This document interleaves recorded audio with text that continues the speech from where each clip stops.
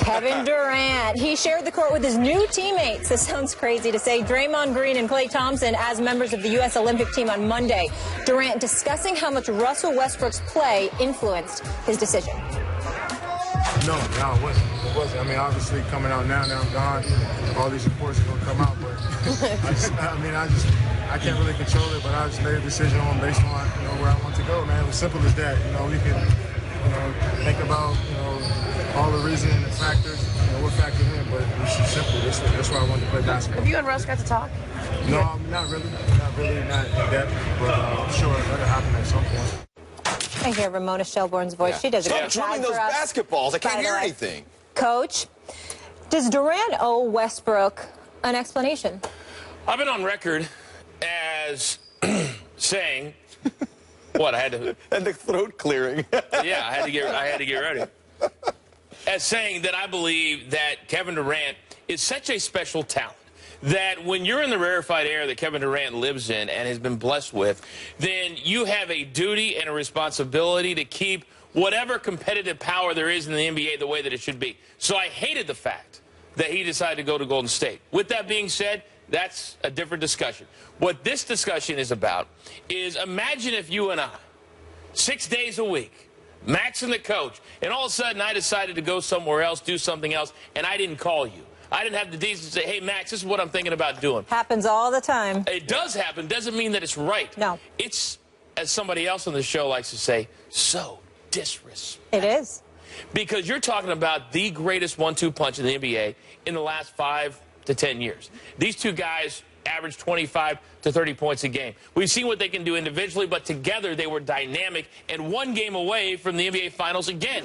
And to not even have a conversation, to not even pick up the phone at any point when he's meeting with 6 different teams, to talk to your guy, your point guard, and then to say on record that the way he played had nothing to do with the fact that I wanted to leave town. The two things don't match up. He 100% owed him a phone call. He still owes him a phone call. I think it'd be nice to give him that phone call. He doesn't owe him that. I think a lot of time, look, in perfect world, you'd like to see it. I think he knows he's making a huge decision, and he said it in some of the things that he referred to, that I was worried about going out because I don't know how the reaction was going to be in Oklahoma City. So he had to keep it very incubated, and I understand that. That doesn't mean he can't reach out to Russell Westbrook, but maybe he doesn't want to hear what Russell Westbrook has to say. Maybe he doesn't want to hear that he could probably lure him and convince him to stay here. He had to make the decision based on his own laurels. He had to make that decision on what he's heard from people outside of that situation as best he could. The style of play that Russell Westbrook has, he says that's not part of the reason that he left. So at least we know that. So with what we heard here, although it wasn't very good because it was at the gym and a lot of basketballs being dribbled and lots of noise on the outside, we didn't get the clearest thing. But they didn't really talk about anything at all. It doesn't mean they won't talk at some point, but he has to make this decision. He has been very secretive. He is, for obvious reasons, because this is the biggest decision of his career. So Russell Westbrook, I imagine that's going to come on the back end. If you left me after 6 days, you didn't call me, that'd be a little different because at this point we finish each other's sentences we're again so far. May not be the exact comparison, but I think they'll have that. But at this point, the decision was paramount, and he made that first. If we're supposed to believe him that he crossed every T, dotted every I, and he put everything out in front of him as best that he could, then not having this conversation with Russell Westbrook, he did not do that for Oklahoma City because he owed it to the team, to the franchises, and made him who he is today to say, what would the future look like in Oklahoma City? And one of the big components to him staying would be if he knew that Russell Westbrook was going to stay also for an extended period of time. If you don't talk to him, you have no idea where his head is at. So to me, Oklahoma City was never in the equation if he didn't talk to Russell Westbrook. That is very fair. And with regard, maybe he looks at Russell Westbrook as part of the paradigm of Oklahoma City. And we saw it with LeBron James when he left Cleveland. Once he left, he became the enemy. And I don't think it's been that much vitriol from Oklahoma City to Durant. They still respect him and they appreciate what he did. But he probably looked at that and he realized this is a huge decision. This is going to change everything, the image I have in Oklahoma City. Russell Westbrook is part of that. I'm going to make the cut, and then I'm going to take care of business, settle in my new surroundings, and then if I have to clear the air, I will do it then. Does this not reek of everything opposite what we've thought about Kevin Durant for the first decade of his career. It's a crazy business When now, we think with the about money and everything we've heard. Here's the thing. This is what makes me think of, and this might be a bad example, but the Kelly Ripa and Michael Strahan. Now, this is a business, right? We're all a part of a business. So there's certain things we have to keep confidential, or I like to say private, until it's shared through the proper channels. Sure. So in terms of business, you have to keep it close to the vest. You're negotiating. You can't share all the details. I might love you to death, Coach, but I can't share it with you yet until, you know, I've signed the dotted line. But with that being said, once that decision is made, you can let Westbrook know first before you're letting the public know. And I know nothing about the Kelly Ripa Strahan situation, not close to it at all whatsoever. But supposedly that was the beef. So I can let you know first and then let it go public. So what that shows me, which everybody said all along, they're not that tight. Nope. Exactly. Abundantly clear. This is a true story. So when Brock Lesnar announced that he was going to UFC 200, I have a very good relationship with the WWE. 7 text messages, 3 phone calls. I got nothing back. Now, after the fact, I find out that they had promised Dana White they would not say anything until the announcement was made. I said, I need to be armed with the information on how he was allowed to fight in the UFC when he was under a WWE contract. I needed to know, not to break the story, but to be educated on when the time came. Kevin Durant should have been educated, and this was a big piece of that puzzle. I think you're spot on. They're not as tight as we want to believe they were, even though there's this dynamic duo. I like what you bring up about personal situations, as you did. You know, I left Fox, I came to ESPN. When I did that, you know, I severed a lot of cables. I've been able to fix those in the back end. When we do that, things change. I've left representation I've had in this business, guys I'm very close with, and when that happens, no phone calls, no nothing, it stops. It doesn't mean you don't think any less of them, but in this situation, this business, whatever it might be, that's the reality of it. And it's cold-blooded sometimes, but that's the way it goes. It's 100% cold-blooded. But this, to me, supersedes all of that. That goes above all of that. We're talking about 2 of the 5 greatest players in the NBA today. And to not have a phone call, to me, is almost unforgivable if I am Westbrook. Life goes on. Yeah, and again, speculation here with the examples we gave, because we don't know like the actual true details. But I'm fine with him making his decision, that kind of thing. But so did he find out about this publicly like everybody else? That's what I just want to be clear about. And if he did, you mean Westbrook? Yeah. If he did, I think that had been a very tough pill to swallow. And I think I would have loved to have seen the reaction, the real reaction when he found out. Because if he found out like everybody else on ESPN, then to me, that's even worse than before. There's probably something else at play here, but clearly there's a detachment between these two. We saw the warm, cuddly moments where they stood up for each other during the playoffs, which was nice. But for the bigger portion of their career together, they were not aligned. They were not in symphony. Yep. No. So, and this is clearly evidence of that. Yeah, clearly this was a business decision. All right, moving on, though, another business decision ahead of us. Just like Kevin Durant this year, Russell Westbrook can leave OKC a year from now, and the Thunder would get this, nothing in return. According to Anthony Slater of the Oklahoman, Westbrook has given the Thunder no indication that he currently wants out, and one source described him as ticked off about the KD departure. He's focused for this new challenge and eager for the start of the season. Max, what should Westbrook do now?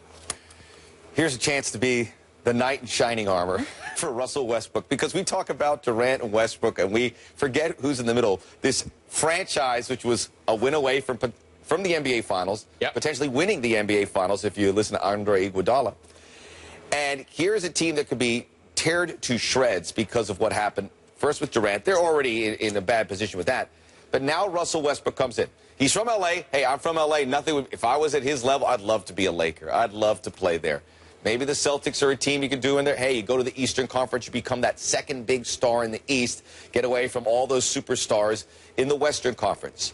But at Oklahoma City, you get to be that hero. You get to be that hero that we've seen has worked so well with LeBron James when he came back to Cleveland and won that.